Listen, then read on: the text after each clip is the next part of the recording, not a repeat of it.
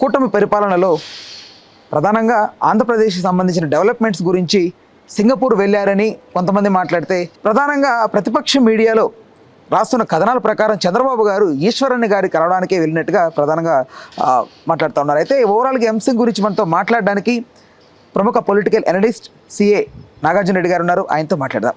Sir నమస్తే. నమస్తే Ram sir.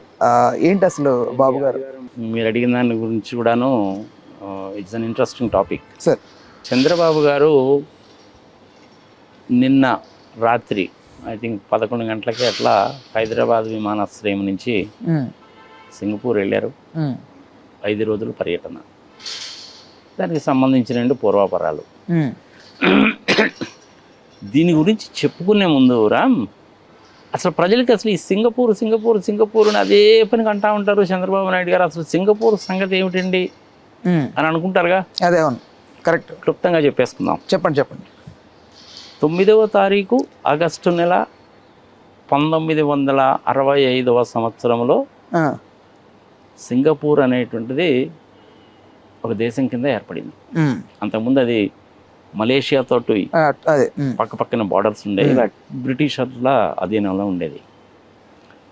అది దాని ఇది అంటే ఇంకొక 10 రోజులు అనుకోండి వాళ్ళకి స్వతంత్ర దినోత్సవం జరుగుతుంది. 1965లో. సింగపూర్ పూర్వాపరాల్లో కనుక వెళ్తే అసలు ఈ పేరు ఎలా వచ్చింది, దానికి యాక్చువల్గా ఒరిజినల్గా ఉన్నటువంటి కథనాల ప్రకారము, హిస్టరీ ప్రకారం చూస్తే దాని పేరు సింగపురా. ఒక రాజుగారు అక్కడ వేటకెళ్తూ ఉంటారు కదా. వేటకెళ్తూ ఉన్నప్పుడు ఆయనకి అక్కడ ఆ ల్యాండ్ మీద కాలు మోపినప్పుడు ఫస్ట్ టైం ఆయనకి సింహం కనపడిందట. అరే ఇక్కడ సింహం ఉంది అని దానికి నామకరణం చేశాడు ఆయన. సింగం అంటే సంస్కృత భాషలో సింహం అని, పురము అని అర్థం అనమాట. అంటే ఆయన యాక్చువల్గా మన భారతీయ సంతతికి చెందినటువంటి రాజే. ఆయన పేరేంటో నాకు కరెక్ట్గా గుర్తులేదు, గూగుల్లో ఎత్తి కూడా దొరుకుతుంది ఎవరికైనా. అందుకని ఆయన పేరు దానికి సింగపుర అని పెట్టాడు. బ్రిటిషర్స్ వచ్చిన తర్వాత ఏం చేశారంటే వాళ్ళు అన్ని ఇలాగ పేర్లు మారుస్తుంటారుగా. ఆయన దానికి ఏం చేశారంటే సింగపూర్ అన్నాడు అనమాట. నైస్గా. మన కనుక చెన్నపట్నంని వాళ్ళు మెడ్రాస్ అని పెట్టినట్టుగా సింగపూర్ అని పెట్టేశారు కాబట్టి ఇప్పుడు అది ప్రాచుర్యంలోకి వచ్చేసింది. అలాగే చిన్నపట్నమేనా చెన్నైగా ప్రాచుర్యం. 735.7 చదరపు కిలోమీటర్ల భూవైశాల్యం. అంటే ఇంచుమించుగా 18,17,000 ఎకరాలు. 18,17,000 ఎకరాలు. అంటే చిన్నదే అది, మరి పెద్ద మరి అంతేం కాదు కదా సార్. చెప్తున్నా 18,17,000 ఎకరాలంటే మన చంద్రబాబు గారు అమరావతి ఏరియాని ఎన్ని ఎకరాల్లో డిస్క్లోజ్ చేశాడో తెలిసిన 32,860 స్క్వేర్ కిలోమీటర్లు. అంటే ఇంచుమించుగా 20 లక్షల ఎకరాలు. ఓహో. అమరావతి ఏరియాని 20 లక్షల ఎకరాల కింద వాళ్ళు సిఆర్డీ కింద తీసుకొచ్చారు. ప్రజలు అర్థం చేసుకోవాలి సార్. 60 లక్షల పాపులేషన్. ఇందులో 76% మంది చైనా వాళ్ళే ఉంటారు. ఒక 7.5% మంది మన ఇండియన్స్ ఉంటారు. ఒక 15% మెండరిన్స్ వాళ్ళు వీళ్ళు మలై దానికి సంబంధించిన వాళ్ళు ఉంటారు. ప్రధానంగా 4 భాషలు ఉంటాయి. ఇంగ్లీషు, మ్యాండరిన్ అంటే చైనా వాళ్ళది, తర్వాత మలై అని చెప్పి ఒక భాష, తమిళ భాష కూడాను రికగ్నైజ్డ్ అక్కడ. తమిళియన్స్ ఇంచుమించుగా 200 సంవత్సరాల నుంచి కూడాను అక్కడికి వెళ్ళి వ్యాపారాలు చేసుకొని స్థిరపడ్డటువంటి వాళ్ళు చాలామంది ఉన్నారు. లాంగ్వేజ్ బాగా మాట్లాడతారు. ఇప్పుడు మనకి లిటిల్ ఇండియా అని ఒక ప్లేస్ ఉంటుంది. సింగపూర్లో బాగా ఫేమస్గా ఉండేటువంటి ప్లేసెస్ కొన్ని ఉంటాయి. అందులో లిటిల్ ఇండియా ఒకటి, లిటిల్ చైనా ఒకటి. ఈ లిటిల్ ఇండియాలో అంతా కూడా ఇండియన్స్ ఉంటారు. అందులో తమిళియన్స్ కదా. భారతదేశానికి సంబంధించిన వాళ్ళ సంతతిలో కూడా తమిళియన్ పాపులేషన్ ఎక్కువ. అందుకని నీకు అక్కడ సింగపూర్లో చాలా చోట్ల ఈ మురుగన్ దేవాలయాలు కనపడతాయి. సుబ్రహ్మణ్య స్వామి దేవాలయం. తమిళనాడులో పళని బాగా ఫేమస్ కదా. అందుకని ఆ దేవాలయాలు అక్కడ కూడా కనపడతాయి. అన్ని ఫెస్టివల్స్ చేసుకుంటారు. ఇది మనకు ఉండేయండి దీపావళి, దసరా ఇట్లాంటివి కూడా చేసుకుంటూ ఉంటారు. ఈ 4 భాషలు ఎనిహో చెప్పుకున్నాం. విద్యాపరంగా, వైద్యపరంగా, ఇన్ఫ్రాస్ట్రక్చర్ పరంగా బాగా అభివృద్ధి చెందింది. ఈరోజు కనుక తీసుకుంటే ఒక సింగపూర్ డాలరు విలువ ఎంత అంటే 65 రూపాయల చిల్లరట. నేను ఫస్ట్ టైం సింగపూర్ వెళ్ళింది 2001లో. ముస్తఫా మాల్ అనేటువంటిది చాలా ఫేమస్. ముస్తఫా మాల్. ఆ ముస్తఫా అనేటువంటి అతను ఏంటి, తమిళియను, లేబర్ కాంట్రాక్టర్ కింద వెళ్ళాడు. తర్వాత అక్కడ భూములు అవి కొనుక్కొని సంగతి సమాచారం చేసి రూపాయి పోగు చేసుకొని సింగపూర్లో చాలా స్థలాలు కొన్నాడు. ఇక్కడ మన హైదరాబాద్ సిటీలో కనుక కొన్నట్టు అనమాట. అది కోకాపేట అక్కాయ వ్యాపారం అనుకో. ఓకే. బాగా సంపాదించుకున్నాడు. ముస్తఫా మాల్ అని చాలా ఫేమస్ అది. అది ఎంత ఫేమస్ అంటే నువ్వు వెళ్ళి కనుక ఆర్డర్ కనుక ఇస్తే, కొంచెం అడ్వాన్స్ కనుక పే చేస్తే, నాకు ఒక 10 బోయింగ్ 787 విమానాలు కావాలి అంటే డేటు టైంతో సహా చెప్పేస్తాడు. అంత పర్ఫెక్ట్గా ఉంటారు.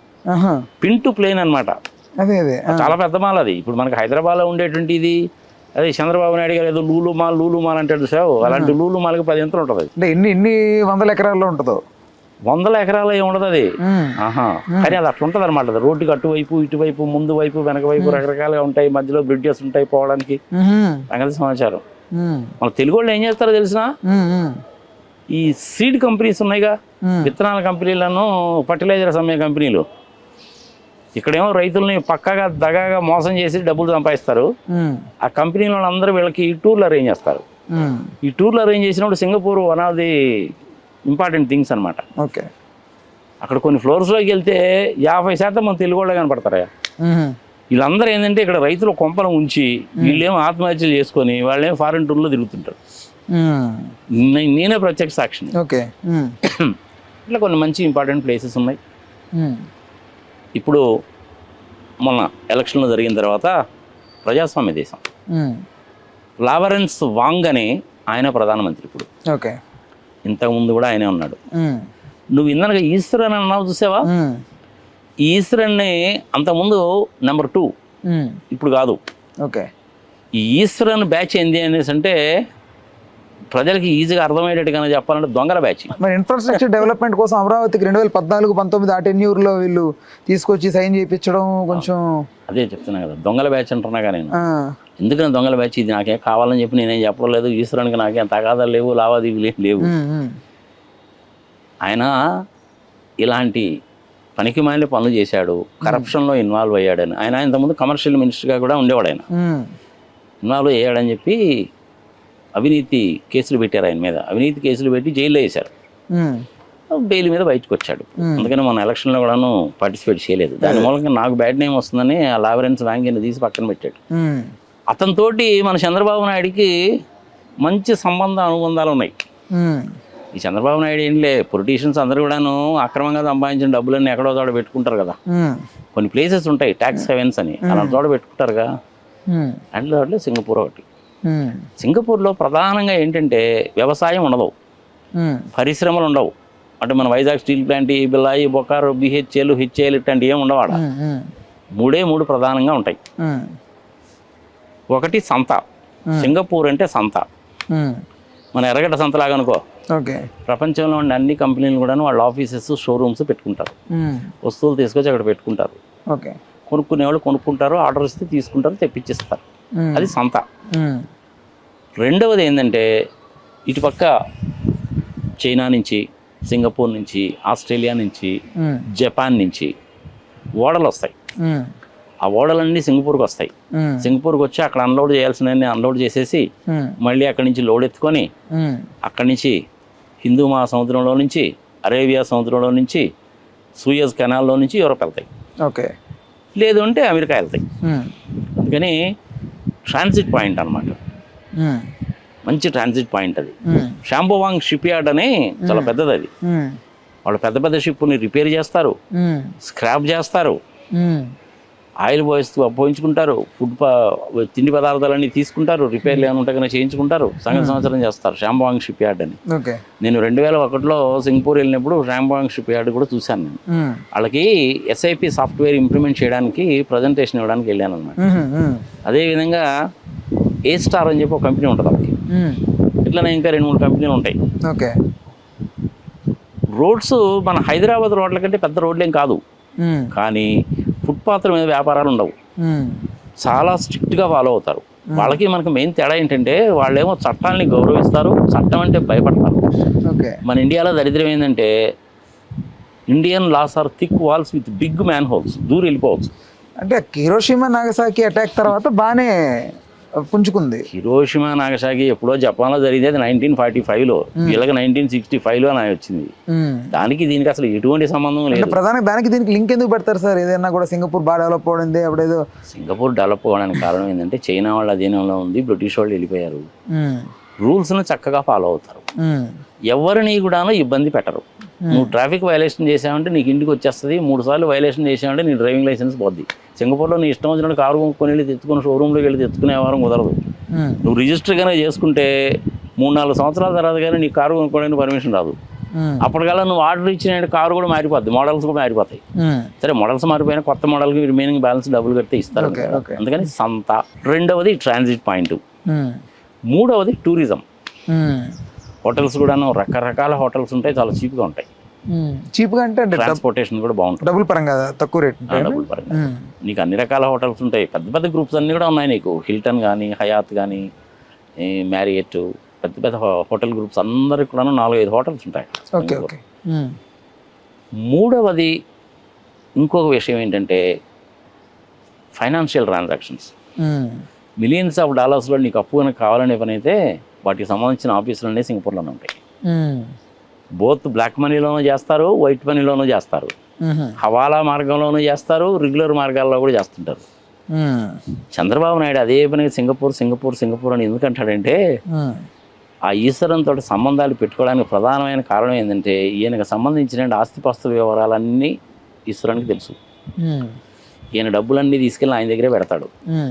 ఇంతకుముందు అలాగే తీసుకెళ్ళి డబ్బులు పెట్టాడు, హోటల్లో షేర్లు గీర్లు సంగతి సమాచారం కొన్నారు.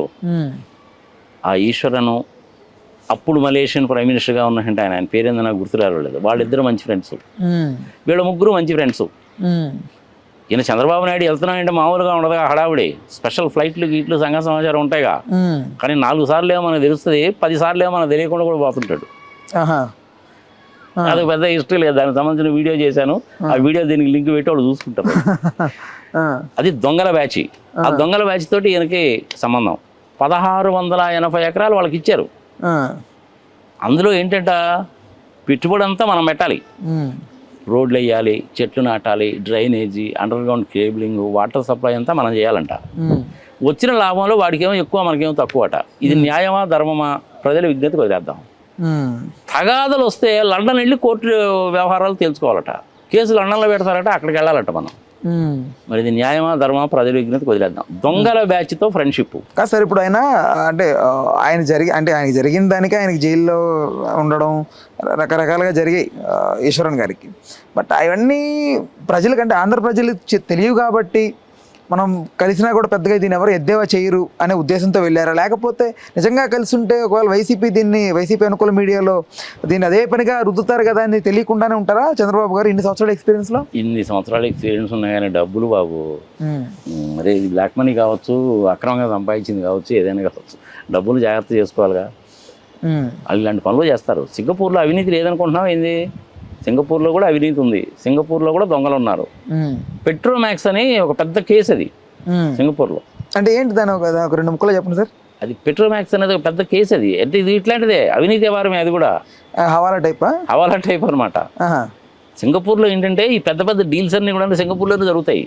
వాళ్ళు Europeans, Americans, then even Russians, అక్కడ చుట్టుపక్కల ఉండేటువంటి దేశాలు అంటే ఏంటి, ఫిలిప్పైన్స్, మలేషియా, దెన్ ఇండోనేషియా లాంటి దేశాల్లో ఉండేటువంటి వాళ్ళందరూ కూడాను అక్రమంగా సంపాదించిన డబ్బులు సింగపూర్లో తీసుకొచ్చి పెట్టుకుంటారు. చంద్రబాబు నాయుడు కూడా అంతే. అంటే సింగపూర్ హబ్ అంటారా మీరు?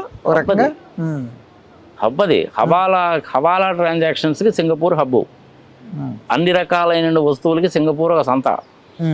టూరిజంకి మంచి ప్లేసు. షిప్స్ అన్నిటికీ కూడా ట్రాన్సిట్ పాయింట్.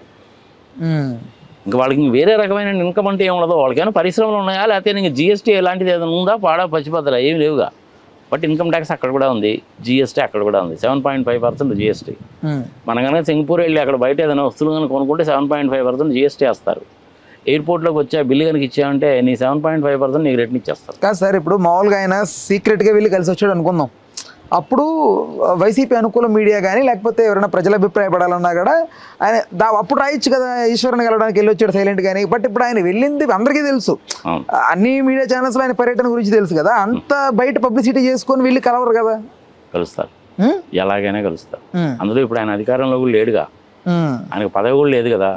మరి అసలు సింగపూర్లో పోవడానికి 5 రోజులు ఎందుకు? అందులో చంద్రబాబు నాయుడు గారికి ఏంటంటే ప్రధానంగా కొన్ని ప్రదేశాలంటే బాగా ఇష్టం. అందులో సింగపూర్ ఒకటి, దావోస్ సింగపూర్ ఒకటి. ఆ సింగపూర్ తోటి ఇంత ఎందుకు కాబట్టి ఈయనకు సంబంధించిన కొన్ని ఆస్తిపాస్తులు సింగపూర్లో ఉన్నాయి. ఈశ్వరను ఈయన వీళ్ళంతా దొంగల బ్యాచ్.